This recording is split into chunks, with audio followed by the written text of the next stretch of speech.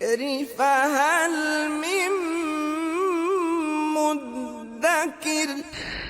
بسم اللہ الرحمن الرحیم وَقُلْ لِلْمُؤْمِنَاتِ اور فرما دیجئے مومنہ عورتوں سے یغضضن من ابصارہن وہ اپنی نگاہوں کو جھکائیں وَيَحْفَظْنَ فُرُوجَهُنَّ اور اپنی شرمگاہوں کی حفاظت کریں وَلَا يُبْدِينَ زِينَتَهُنَّ اور نہ وہ ظاہر کریں اپنی زینت کو الا مگر ما ظہر منہا جو اس میں سے ظاہر ہے وَلْيَضْرِبْنَ بِخُمُرِهِنَّ اور ضرور وہ ڈال لیں اپنی اوڑھنیاں علی جیوبہن اپنے گریبانوں پر ولا یبدین اور نہ وہ ظاہر کریں زینتہن اپنے زینت کو الا سوائے لبعولتہن اپنے شوہروں کے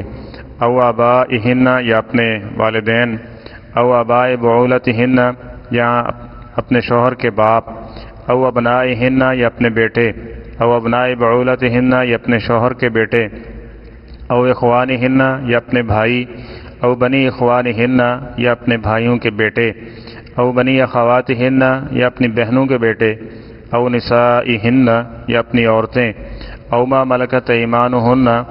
یا جن کے مالک بنے ہیں ان کے دائیں ہاتھ او التابعین غیر اولی الاربہ یا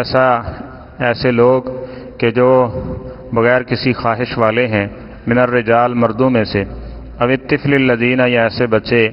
لم یظہروا جو واقف نہیں ہیں علی عورات النساء عورتوں کے چھپے معاملات سے ولا یضربن اور نہ وہ ماریں بارجلہن اپنے پاؤں لیعلم تاکہ معلوم کیا جا سکے ما یخفین جو مخفی ہے من زینتہن ان کی زینت وتوبوا الی اللہ جمیعا اور تم توبہ کرو اللہ سے سب کے سب ایھا المؤمنون اے مومنوں کی جماعت لعلکم تفلحون شاید کہ تم کامیاب ہو جاؤ۔ سابقہ آیت میں اللہ تعالیٰ نے الگ طور پہ اہل ایمان مردوں کو مخاطب ہوتے ہوئے فرمایا کہ اے نبی صلی اللہ علیہ وسلم آپ فرمائیں انہیں کہ یغضضن من ابصارہن ویحفظن فروجہن یہ اپنی نگاہوں کو جھکا کے رکھیں اور اس کے ساتھ اپنی شرمگاہ کی حفاظت کریں، یعنی نگاہ کی حفاظت، کان اور آنکھ کی حفاظت یہ ضروری ہے شرمگاہ کی حفاظت کے لیے، اور اگر ایسا نہیں ہوگا تو یہ بھی مشکل ہو جائے گا۔ اور اسی طرح اللہ تعالیٰ نے خاص طور پہ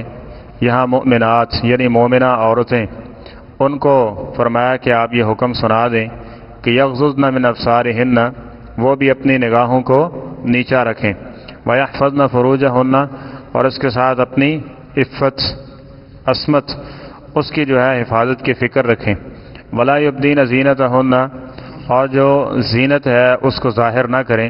الا ما ظہر منہا مگر وہی جو ظاہر ہے۔ اس سے اگلی جو ہے یہ آیت ہم پڑھ رہے ہیں اس میں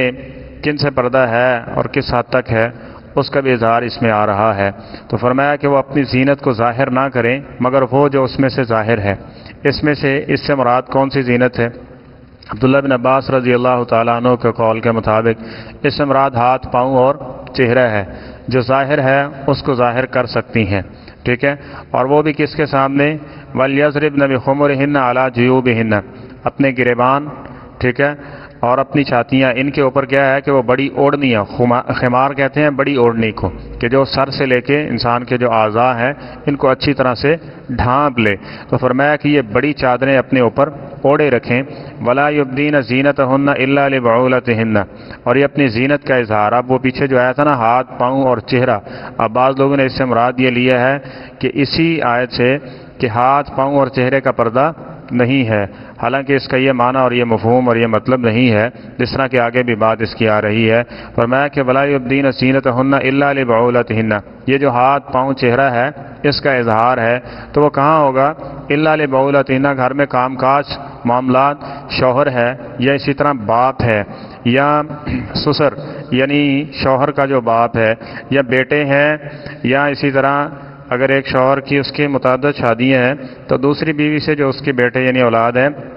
اس سے بھی اس چیز کا اظہار یعنی ابداء زینت جو ظاہری ہے وہ اس میں کوئی حرج نہیں ہے اور اس سے تنگی اٹھا لی گئی ہے۔ اور اخوانہن یا اسی طرح بھائی ہیں اور اسی طرح بھائیوں کے بیٹے ہیں، بھتیجے، بھانجے ہو گئے، بنی اخواتہن او نسائہن یا عورتیں، او ما ملکت ایمانہن یا غلام، اب التابعین غیر اولی الاربہ، یا ایسے لوگ کہ جو بڑھاپے کی اس حد کو پہنچ چکے ہیں کہ ان میں خواہشات کی کوئی ایسی چیز موجود نہیں ہے، یا اسی طرح من الرجال اب الطفل الذین لم یحضروا علی عورات النساء، یا ایسے بچے جو ابھی حد بلوغت کو اور عورتوں کے جو معاملات ہیں مخصوص ان سے واقف نہیں ہے۔ ان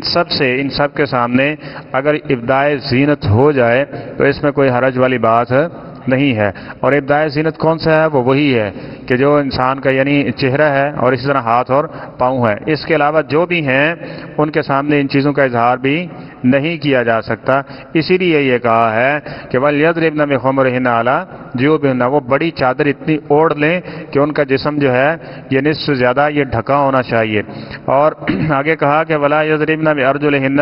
جب چلنا پھرنا ہے نا یعنی جہاں پہ غیر محرم بھی موجود ہیں تو اس اعتبار سے نہیں چلنا، یا چلنے کا ایسا انداز نہیں ہونا چاہیے جس سے انہیں جو زینت اختیار کی ہوئی ہے اور چھپی ہوئی ہے اس کا ابداع ہو، وہ ظاہر ہو۔ اس سے مراد کیا ہے کہ انسان نے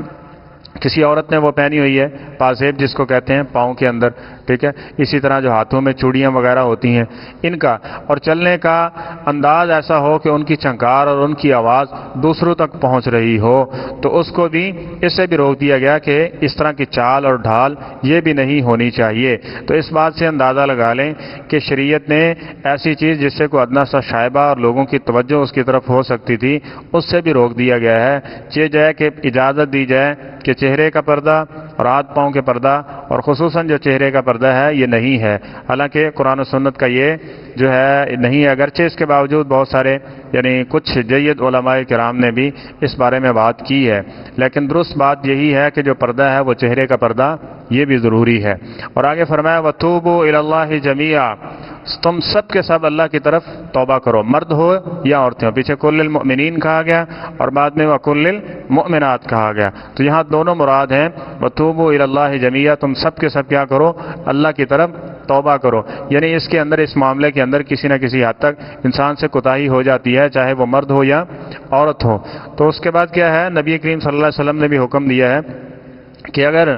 اس طرح نظر پڑ جاتی ہے اچانک، جس کو نظر فجاعت کہتے ہیں، تو اس کے بعد اس کو نظر پھیر لینی چاہیے۔ اگر وہ ایسا کر لیتا ہے تو جو پہلی نظر فجاعت ہے اس پر اس کا کوئی گناہ نہیں ہوتا، لیکن اگر اس کے علاوہ یا اس کے الٹ کوئی صورت ہوگی تو یقیناً یہ گناہ والی معصیت والی صورت ہے جس سے اللہ تعالیٰ نے روکا ہے۔ تو اس صورت میں کیا ہے کہ وَتُوبُوا إِلَى اللَّهِ جَمِيعًا، اللہ تعالیٰ سے توبہ استغفار کرتے رہا کرو۔ ایھا المؤمنون، اے مومنوں کی جماعت، لعلکم تفلحون، تاکہ تم کامیاب ہو جاؤ۔ یعنی اس آیت سے یہ بھی معنی ہوا کہ ایسے گناہ جو چھوٹے چھوٹے ہیں ان سے بھی مغفرت اور توبہ مانگنی چاہیے۔ اس کے دو مفہوم ذکر کیے گئے ہیں، ایک تو یہ ہے کہ صغیرہ گناہوں کے اعتبار سے اس کی معافی مانگنا، دوسرا کیا ہے کہ جب ایک انسان صغیرہ گناہ کو صغیرہ سمجھ کے کرتا رہتا ہے مسلسل، تو وہ اس کے نگاہ کے اندر صغیرہ نہیں رہتے، بلکہ اس کی وہ شناعت اس کی جو گناہ کی ہے نا وہ ختم ہو جاتی ہے اور اس کو گناہ سمجھتا ہی نہیں ہے، اس وقت یہ کبیرہ گناہ کی صورت اختیار کر چکا ہوتا ہے۔ تو لہذا فرمایا کہ وَتُوبُوا إِلَى اللَّهِ جَمِيعًا، اور کبیرہ گناہوں کے بارے میں اصول یہ ہے کوئی ایسا عمل کہ جو گناہ کبیرہ کو مٹانے والا ہو یا توبہ، اسی کے ساتھ ہی یہ مٹنے والے ہیں، وگرنہ یہ ایک بہت خطرناک معاملہ ہے۔ صغیرہ گناہوں کے بارے میں الگ سے معاملات موجود ہیں کہ انسان کوئی بھی نیکی کرتا ہے، اچھائی کرتا ہے، اور بسا اوقات اللہ تعالیٰ بغیر اس کی توبہ کے ان کے گناہوں کو معاف کر دے گا، لیکن ساتھ میں یہ کہا کہ وَتُوبُوا إِلَى اللَّهِ جَمِيعًا، یعنی اگر مسلسل ایسے معاملات ہیں تو یقیناً ان کو گناہ کبیرہ شمار کیا گیا ہے، جس کی بنیاد پہ کہا گیا ہے کہ توبوا إِلَى اللَّهِ جَمِيعًا، تم سب کے سب اللہ تعالیٰ کی طرف توبہ کرو۔ ایھا المؤمنون، اے مومنوں کی جماعت، لعلکم تفلحون، تاکہ تم کامیاب ہو سکو۔ یعنی کامیابی پانے کے لیے یہ چیزیں بھی ضروری ہیں، یہ نہیں کہ بڑے بڑے بس نماز پڑھ لی، دو چار کام اور کر لیے تو کامیاب ہو جائیں گے۔ اللہ تعالیٰ نے اس عمل کو بھی کامیابی کے ساتھ جوڑا ہے، اس کی شرط اس کے ساتھ رکھی ہے، یعنی اگر کامیابی چاہتے ہو تو تمہیں اس پر اللہ العظیم۔